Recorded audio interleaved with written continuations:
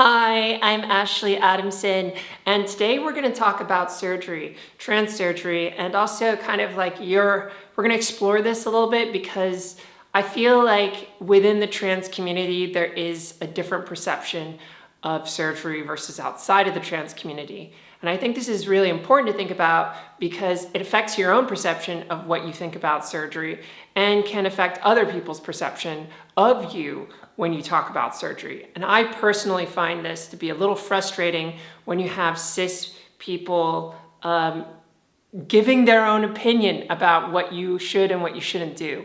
So, if you've been thinking about getting surgery or you're unsure about it, or if you've shared it and had people kind of give you the response of, well, you're just fine looking as you are, or don't get too many surgeries, you know what's going to happen if you do that. If you've gotten those kinds of responses, this video is exploring that topic a little bit. Before we dive into that, if you like personal growth, development topics, I post about 3 videos a week on these kinds of things, trans and non-trans topics, all about being a stronger person and being able to step into the world and be your most honest and truthful self. So if that's something that you really like, please subscribe. It really supports me, and like this video to tell the algorithm to show it to other people so they can find me too. So thank you for joining me today. Let's talk about this topic a little bit. So for me personally, what I've experienced is every time I talk about my surgery in front of a cis person, there's a 50% chance that I'm going to get a response of, well, make sure that you don't get too many surgeries, or make sure that you don't go overboard, or that you get stuck in this cycle of being stuck in surgery.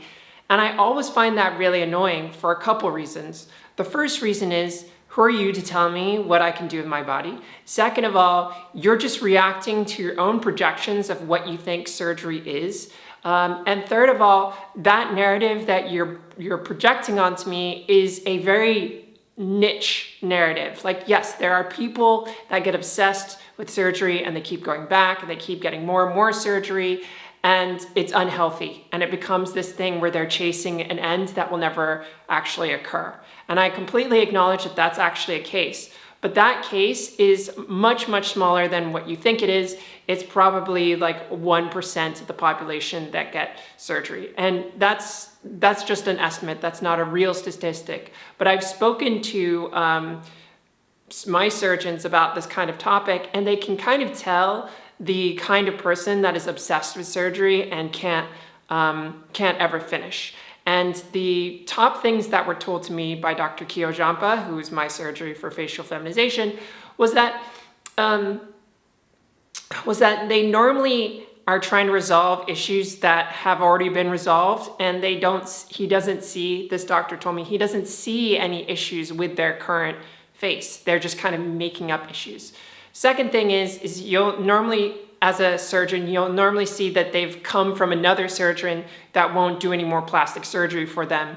And the third thing is they may want a revision on some surgery that's actually done its job and been fine. They're basically inventing new problems and trying to solve them through surgery, which is not the right path. So that does happen, but as far as you getting potentially stuck in this issue, it's very, very unlikely.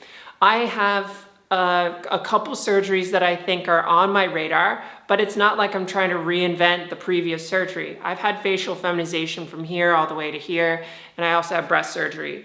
But I'm not going to get another breast surgery. I'm not planning to get new facial reconstruction here. I do have a plan to do chin surgery, and there are, I'd say there's the vaginoplasty, and then there's also this kind of line that I've drawn where I said, I will do future surgeries that will continue to make me look younger. And I think that's kind of like the last kind of thing I'll touch on here is the narcissism that's implied by wanting to take surgery and to look more beautiful. When I first started out as a trans woman, I was afraid of surgery, not just because it's a scary concept, but also because I was afraid that people would see me as too narcissistic. I was afraid that people would judge me for it, or that I would even get more obsessed about this by doing this surgery. And I think when you transition, you do take this step into embracing who you are and saying, this is me and I can change some of these things to make my life better. I think that's an act of self-love, and that's not an immature act of self-obsession, which would be more in the narcissistic realm. So like that's kind of like some food for thought on surgery and kind of like the issues that you may face when thinking about it. I'm sorry, my head's not clear. I haven't made a video in a long time. I've been celebrating Christmas, but yeah, please let me know what your thoughts are about surgery. And if you'd like to support me and videos that I make a lot of them. I do them every week. I really appreciate that if you checked out my Patreon, and share this with someone if you'd like to support me and get it out there into the world, because I think the world needs to be a better place. Thanks for joining me today. I'm Ashley Adamson. I'll see you. Bye.